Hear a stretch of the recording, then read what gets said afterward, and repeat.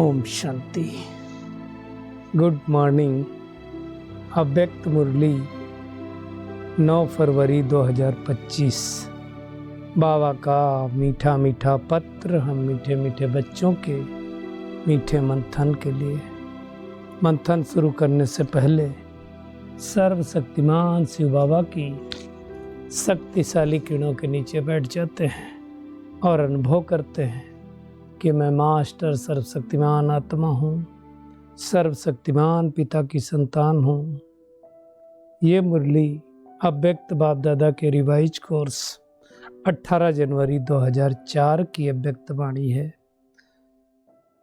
मुरली का शीर्षक है वर्ड अथॉरिटी के डायरेक्ट बच्चे हैं। इस स्मृति को इमर्ज रख, सर्व शक्तियों को आर्डर से चलाओ। बहुत पावरफुल मुरली है, 18 जनवरी की मुरली है, तो अव्यक्त महावाक्य हैं, तो बहुत शक्तिशाली महावाक्य है। और अभी तक चल रही थी 2003 की अव्यक्त वाणियाँ, तो वो अव्यक्त वाणियाँ अब चालू हो गई हैं 2004 की, क्योंकि वो 3 वाली पूरी हो गई होंगी। तो आज इस मुरली की हम गहराई में जाएंगे।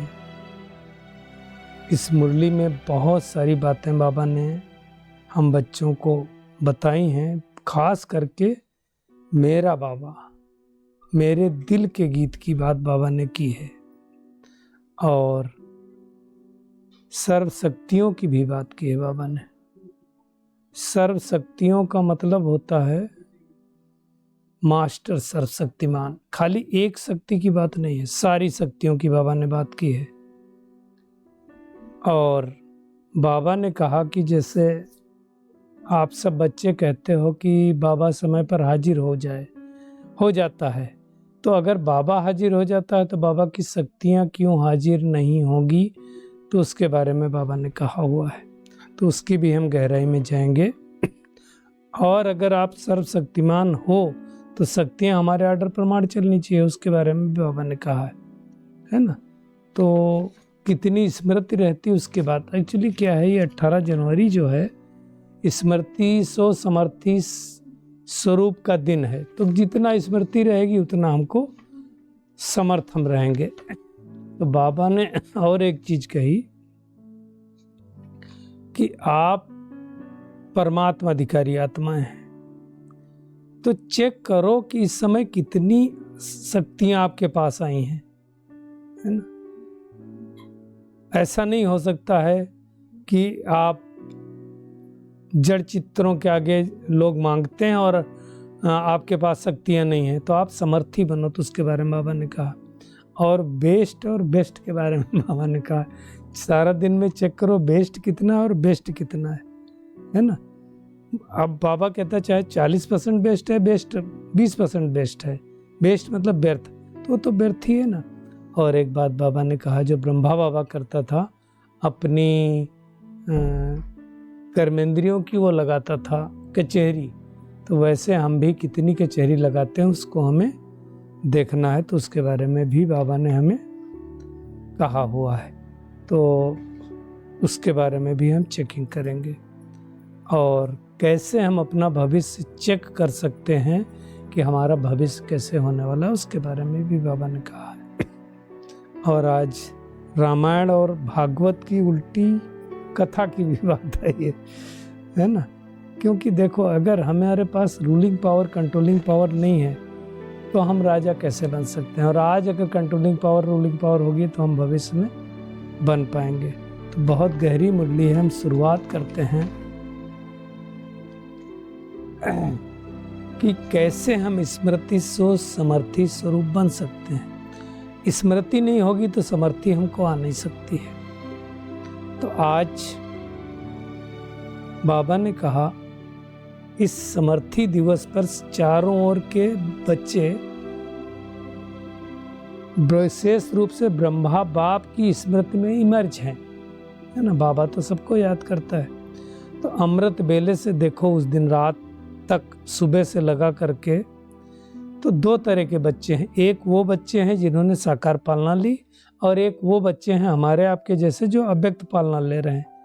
ऐसे सभी बच्चों की याद परमात्मा के पास पहुंचती है ना। तो सभी के दिल में क्या गीत बजता है? हम सबको पता है जब 18 जनवरी आता है तो एक ही गीत बजता है, मेरा बाबा। दिल में एक गीत बजता है ना, मेरा बाबा। और बाबा के दिल में क्या बजता है? मेरे मीठे मीठे बच्चे। ये ऑटोमेटिकली अनाहत गीत बजता है। ये किनके मन में बचेगा? जो बाबा की याद में, लब में लीन होंगे। दुनिया में कहते हैं ना लव लीन, तो लब हट गया, उन्होंने लीन कह दिया। तो उसके बारे में बाबा ने बताया, क्योंकि ये जो दिन होता है, ये दिन है ब्रह्मा बाबा की संपूर्णता का दिन और बच्चों की ताजपोशी का दिन। क्योंकि हम सबको मालूम है इसे के दिन ब्रह्मा बाबा ने अपनी सारी शक्तियाँ दादी प्रकाशमणि को अर्पण कर दी थी। तो ये ताजपोशी का दिन हुआ। मतलब क्या हुआ? बाबा, ब्रह्मा बाबा बैकबोन बना और बच्चे प्रत्यक्ष हुए। इसके बाद ही दादी प्रकाशमणि संस्था की हेड बनी और बहुत सारी जगह सेवाएं चालू हुई। तो बाबा कहता है कि इसी दिन समान बनने का, व्यक्त फरिश्ता स्वरूप बनने का ताज पहनाया। किसको? बच्चों को। करावनहार बन गया बाप और बच्चों को करणहार बना दिया, है ना। खाली करणहार करावनहार बनाया नहीं, लेकिन सारी सर्व शक्तियां दे दी। शक्तिमान नहीं, सर्वशक्तिमान बना दिया। और बाबा कहता है ये सारी शक्तियां हम हर एक बच्चे को वरदान में मिली हैं, तो चेक करें हमें मिली है कि नहीं मिली है ना। क्योंकि दिव्य जन्म होते ही बाबा ने क्या वरदान दिया? मास्टर सर्वशक्तिमान भव। तो सर्व शक्तियां मिल गई ना हम सबको। लेकिन प्रॉब्लम क्या होती है? इन शक्तियों को जब हमें काम में लगाना होता है तो हम टाइम पे काम में लगा नहीं पाते हैं, और टाइम पे काम लगा नहीं पाए तो शक्तियाँ होने का फायदा क्या? मान लो किसी के पास बहुत खजाने हैं, लेकिन वो खजाने पर वो व्यक्ति यूज ना कर पाए, तो उन खजाने का मतलब क्या? तो बाबा ने कहा शक्तियाँ तो हर एक को मिली, लेकिन लगा नहीं पाते हैं, आर्डर प्रमाण चला नहीं पाते हैं, है ना। बाबा ने कहा क्यों? क्योंकि स्मृति स्वरूप नहीं, स्मृति स्वरूप होकर के अगर किसी शक्ति को ऑर्डर करो तो हर शक्ति हाजिर होनी है। ऐसा नहीं हो सकता कि ना आए। लेकिन कब आएगी वो शक्ति? उसके लिए बाबा ने एक युक्ति बताया कि जब आप मास्टर सर्वशक्तिमान की स्मृति की सीट पर सेट होगे। दुनिया में भी देखो, कोई अगर अपनी सीट पर सेट नहीं होता है तो उसका ऑर्डर कोई नहीं मानता है ना। तो हम अगर मास्टर सर्वशक्तिमान की सीट पर सेट हैं तो हमारा ऑर्डर सब मानेंगे। बाबा ने कहा, बहुत सूक्ष्म बात बताई, कि जब आप भगवान को कहते हो कि बाबा हाजिर हो जाओ और कहते हो बाबा हजूर हाजिर हो जाता, तो अगर हजूर हाजिर हो सकता है तो हजूर के द्वारा दी हुई शक्तियों क्यों नहीं हाजिर हो सकती? उसका कारण क्या है? विधि पूर्वक मालिकपन की स्टेज से हम उनका आह्वान नहीं करते हैं, क्योंकि ये शक्तियां इस समय परमात्मा की प्रॉपर्टी हैं। और प्रॉपर्टी बाप की किसके लिए होती है? ये हम सबको मालूम है। बाप की प्रॉपर्टी होती है बच्चों के लिए। तो हमें चेक करना है कि बाबा की प्रॉपर्टी मेरे लिए है, लेकिन उस सीट पर सेट होकर के हम ऑर्डर करते हैं। और अगर सीट पर सेट है तो मेहनत नहीं करनी पड़ेगी। तो ये नशा रहे कि हम वर्ल्ड अलमाइटी अथॉरिटी के डायरेक्ट बच्चे हैं, अधिकारी आत्मा है। और जो अधिकारी आत्मा होती है वो भिखारी नहीं हो सकती। उसको आगे हाथ नहीं फैलाना पड़ता, वो किसी के आगे मांगेगी नहीं। तो बाबा ने कहा चेक करो, ये शक्तियाँ कभी कभी रहती हैं या कभी आती हैं, कभी चली जाती हैं। सुता रहे नीचे अधिकारीपन की स्मृति। बाबा ने आज कहा, आजकल के समय में तो क्या होता है, अपना अधिकार लेने के लिए कितना झगड़ा करते हैं लोग। अरे बाप के बच्चे भी बोलते हैं मेरा अधिकार है, हिस्सा दो। तो हम परमात्मा अधिकारी अगर आत्माएं हैं तो हमारा जन्म सिद्ध अधिकार है। लेकिन करना क्या पड़ेगा? अपनी स्मृति स्वरूप में रहना पड़ेगा, तब समर्थी मिलेगी। तो खुद भी रहो और दूसरों को भी दिलाओ, क्योंकि इस समय सब आत्माएं शक्तियों की भिखारी हैं। हमारे जड़ चित्रों के आगे मांग रहे हैं, है ना। शक्ति दे दो, शांति दे दो, सुख दे दो, प्यार दे दो। कहीं भी हाथ खड़ा करवाते हैं तो क्या होता है? किस किस को खुशी चाहिए, किस किस को प्यार चाहिए, किसको किसको शांति चाहिए, तो सब हाथ खड़ा करते हैं। चाहिए मतलब है नहीं ना। तो बाबा कहता, वो कहते हैं आपकी जड़ चित्रों के आगे करते हैं, आप तो चैतन्य हो, तो क्या करना पड़ेगा, सबको देना पड़ेगा। लेकिन कौन दे पाएगा, जिसके पास होगा। लेकिन बाबा ने कई बार कहा कि मेजॉरिटी बच्चों का संकल्प और समय व्यर्थ जाता है। क्यों जाता है? क्योंकि बाबा ने कहा तुम्हारा कनेक्शन लूज है। जैसे ये लाइट वाला कनेक्शन लूज होता है तो क्या होता है, लाइट ठीक से नहीं आती, तो व्यर्थ की लीकेज समर्थ स्थिति को बनने नहीं देती, सदाकाल की स्मृति स्वरूप बनाने नहीं देती है। तो बाबा ने कहा इसलिए चेक करो, वेस्ट को बेस्ट में चेंज करो, बेस्ट जो हो रहा है। इसलिए बीच में बहुत सारा प्रोग्राम हुआ था बड़ौदा में, खास करके वेस्ट टू बेस्ट, बेस्ट से बेस्ट कैसे बनाओ। तो बाबा भी कहता है कि बेस्ट को बेस्ट में चेंज करो, बचत की स्कीम बनाओ, चेकिंग करो, परसेंटेज निकालो, सारा दिन में कितना वेस्ट हुआ, कितना बेस्ट हुआ। बाबा ने तो एग्जाम्पल दिया, मान लो 40%, 20% अगर वेस्ट हुआ तो उसको बचाओ। जैसे कहते हैं एक ड्रॉप तेल अगर लीक हुआ तो 0.05 ml हुआ, और एक ड्रॉप अगर लीक हो गया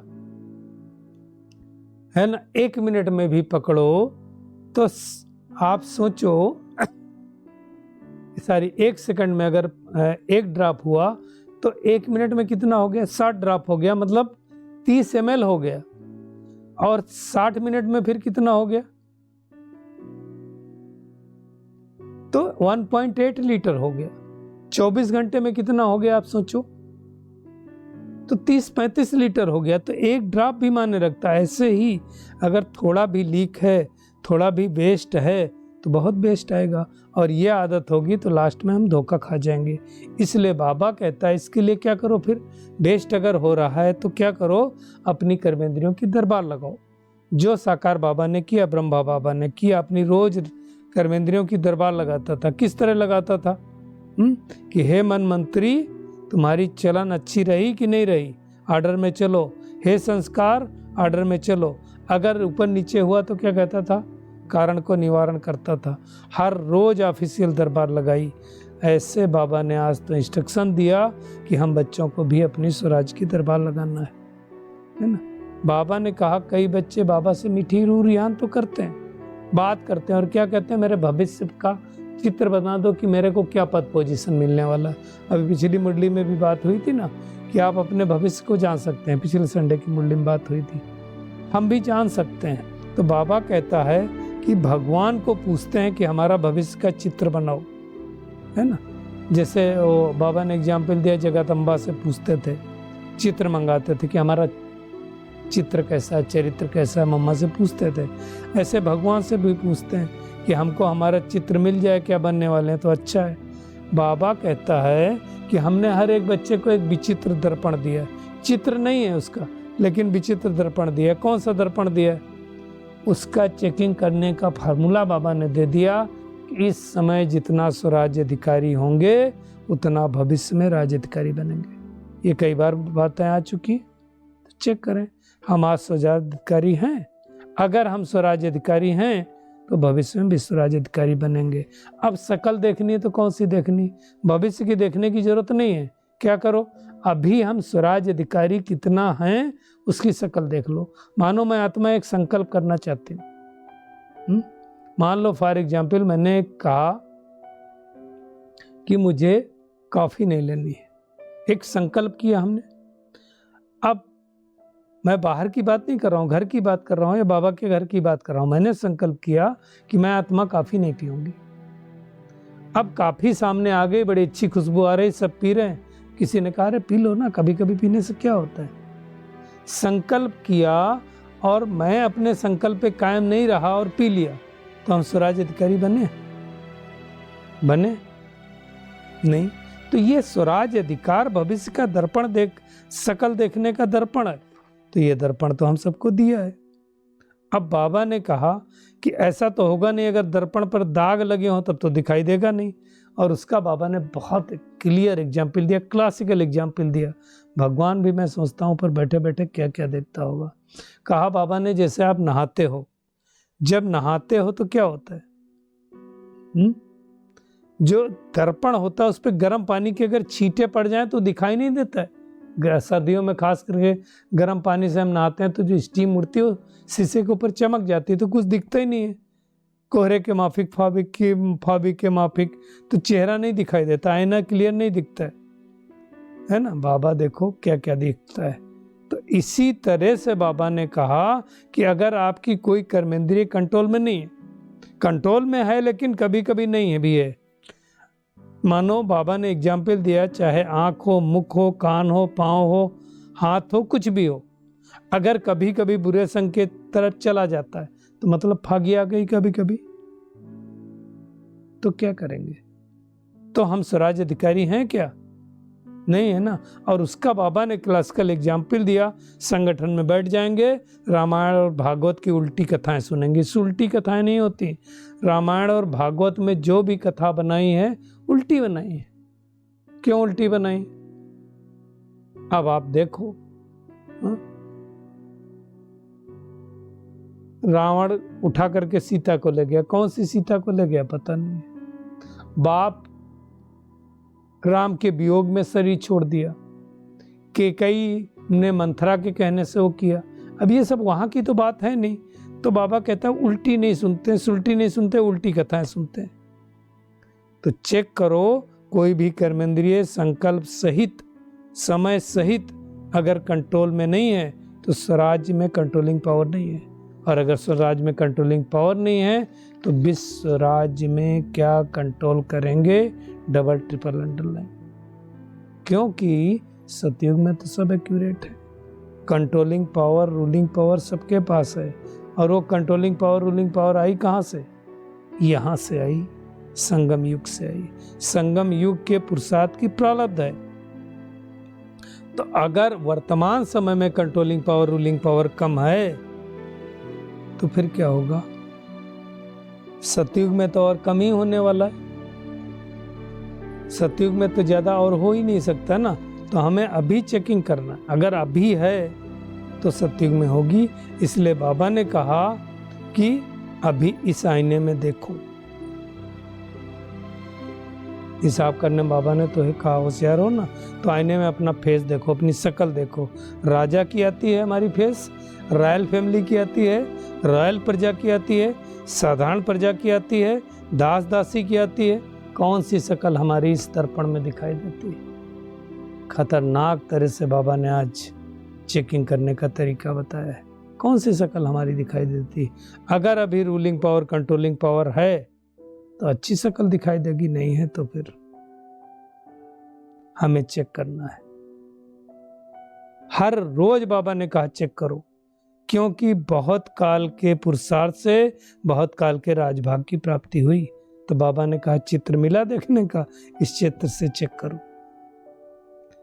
थोड़ा काल का अभ्यास होगा तो थोड़े काल के राज्याधिकारी बनेंगे, बहुत काल का होगा तो बहुत काल के बनेंगे, 21 जन्म के पूरा राज्याधिकारी बनेंगे। तख्त पर नहीं बैठे कोई बात नहीं, लेकिन राज्याधिकारी हो, चेक करो।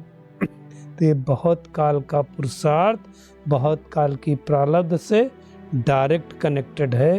इसलिए बाबा ने आज हिदायत दी, हम सब अंडरलाइन करेंगे, अलबेले नहीं बनना। विनाश की डेट फिक्स ही नहीं है, पता ही नहीं है। कई लोग बोलते हैं ना, पता नहीं कब होगा, आने वाले समय में होगा, कब होगा। बाबा कहता विनाश की डेट को मत सोचो, अपने जन्म का अंतकाल सोचो कि आपके पास डेट फिक्स है। आप कब शरीर छोड़ेंगे, किसी के पास डेट फिक्स है? विश्व का तो अंत हो नहीं है ना। लेकिन उसके पहले सोचो, अगर हमारा शरीर छूट गया तो हमें क्या मिलेगा। और उसके लिए मम्मा का स्लोगन याद रखना है। क्या स्लोगन था? हर घड़ी अंतिम घड़ी है, सब अचानक का खेल है। इसलिए बाबा ने आज 2 टूक शब्दों में कहा, दरबार लगाओ। स्वराज अधिकारी आत्माएं अपनी दरबार लगाओ, आर्डर में चलाओ। क्योंकि भविष्य का गायन है लॉ एंड ऑर्डर होगा। तो कितना लॉ एंड ऑर्डर में हम चलते हैं। लव और लॉ दोनों का ही बैलेंस होगा भविष्य में। तो यहाँ भी रखना है, नेचुरल होगा। वहां कोई राजा लॉ पास नहीं करेगा, आजकल जैसे राजा लोग लॉ बनाते नहीं, पुलिस वाले भी लॉ उठाते हैं। वहाँ नेचुरल लॉ और लॉ का बैलेंस रखता है। तो हमें चेक करना है कि अभी रहता है कि नहीं रहता है। कर्मेंद्रियां, शक्तियां, गुण, बाबा ने कहा ये सब आपके आगे जी हाजुर करेंगे। कब? जब हम अलमाइटी अथॉरिटी की सीट पर सेट होंगे, स्वराज अधिकारी की सीट पर सेट होंगे, तब धोखा नहीं देंगी। तो ये हमें करना है। तो बाबा ने कहा अब इसके समापन की सेरेमनी मनाओ। बहुत बड़ा होमवर्क दिया है, ये हम सबको चेक करना है, तब हम जा करके पास विद ऑनर बनेंगे। बाबा ने कहा तुम सब मिलने आए हो तो कौन सी ट्रेन में मिलने आए हो?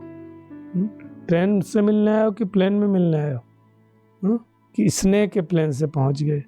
तो हमें ऐसा स्नेह रख करके, बाबा से प्रेम रख करके, स्नेह मिलन मना करके संपूर्ण स्वराज अधिकारी बनना है ना। बाबा ने कहा उड़ने का पंख तो मिल गए सबको, है ना। तो क्या करो, एक ड्रिल भी बाबा ने कराई। कौन सी ड्रिल कराई? ओ बाबा, मीठे बाबा, प्यारे बाबा, हम आपके समान अव्यक्त रूपधारी बने कि बने। कौन से बाबा के समान? ब्रह्मा बाबा के समान। तो वो ड्रिल बाबा ने की है, वो करना है सबको। और आज का वरदान भी खास है, मस्तक द्वारा संतुष्टता के चमक की झलक दिखाने वाले साक्षात्कार मूर्त भव। अब देखो, बहुत सूक्ष्म बात, जो संतुष्ट आत्मा होती है उसके मस्तक से संतुष्टता की झलक अलग दिखाई देती है ना।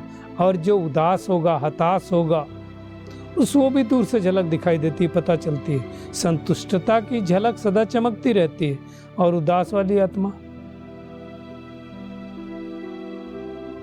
उसकी भी झलक अलग होती।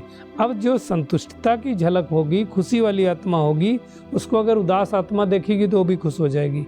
मतलब आपको देख करके सामने वाला खुश हो सकता है और उसकी उदासी मिट जाती है। तो जिसके पास संतुष्टता की, खुशी का खजाना है, उसकी तरफ सब आकर्षित होते हैं। जैसे हम सबकी कंप्लेन होती है ना कि हमारे पास लोग क्यों नहीं आते हैं, उसका बाबा ने आज सल्यूशन दिया है, जवाब दिया है कि आपके पास लोग आने का एक ही तरीका है कि आप संतुष्ट हो, आप खुश हो, है ना। जितना हम संतुष्ट होंगे, मतलब संतुष्ट कौन होगा? जिसके पास ज़्यादा खजाने जमा होंगे। तो ज़्यादा खजाने जमा होंगे तो हम संतुष्ट होंगे, और हम जब संतुष्ट होंगे तो सब लोग अपने आप आकर्षित होकर के हमारी तरफ आएंगे। इसलिए हमें किसी को आह्वान करने की ज़रूरत नहीं है, क्यों नहीं आ रहे हैं, ज़बरदस्ती करने की ज़रूरत नहीं है, अपने आप लोग आकर्षित होंगे। खुशी का चेहरा चैतन्य बोर्ड बन जाता है, तो जो अनेक आत्माओं को बनाने वाले का परिचय देता है ना। तो हम ऐसे बने हैं, खुद संतुष्ट रहें और दूसरे को संतुष्ट करने वाली संतुष्ट मणि बनना है। तब अनेकों को साक्षात्कार होगा आपके द्वारा, नहीं तो ऐसे नहीं होगा। आपके स्वरूप का साक्षात्कार हो, आपके फरिश्ते रूप का साक्षात्कार हो। करावने वाला बाबा है, लेकिन स्थिति तो आपकी है ना। और स्लोगन में है, चोट लगाने वाले का काम है चोट लगाना, और आपका काम है अपने को बचा लेना है। बहुत इंपॉर्टेंट बात है। अगर सामने से गाड़ी आ रही है, हम रोड पे खड़े हैं, वो बड़ी गाड़ी से आ रहा है, हम छोटी गाड़ी से जा रहे हैं, तो हम ये नहीं देखेंगे कि सामने वाले की गलती है। क्या करेंगे? अपने को साइड में हटा लेंगे, नहीं तो वो एक्सीडेंट कर देगा। तो हमें अपने आप को बचाना है। और बाबा ने आज कहा, जैसे नारियल तोड़कर उद्घाटन करते हो, रिबन काट कर उद्घाटन करते हो, ऐसे अब एक मत, एक बल, एक भरोसा, एकता का रिबन काटो। फिर क्या होगा? सर्व के संतुष्टता, प्रसन्नता का नारियल तोड़ो और ये पानी धरनी में डालो, फिर देखो सफलता कितनी होगी। बहुत अच्छा व्यक्ति इशारा है, बार बार पढ़ेंगे। तो आज की मुरली से पूरा होमवर्क क्या है? तो सबसे बड़ी बात है कि हमें स्वराज अधिकारी, स्वराज अधिकारी बनना है।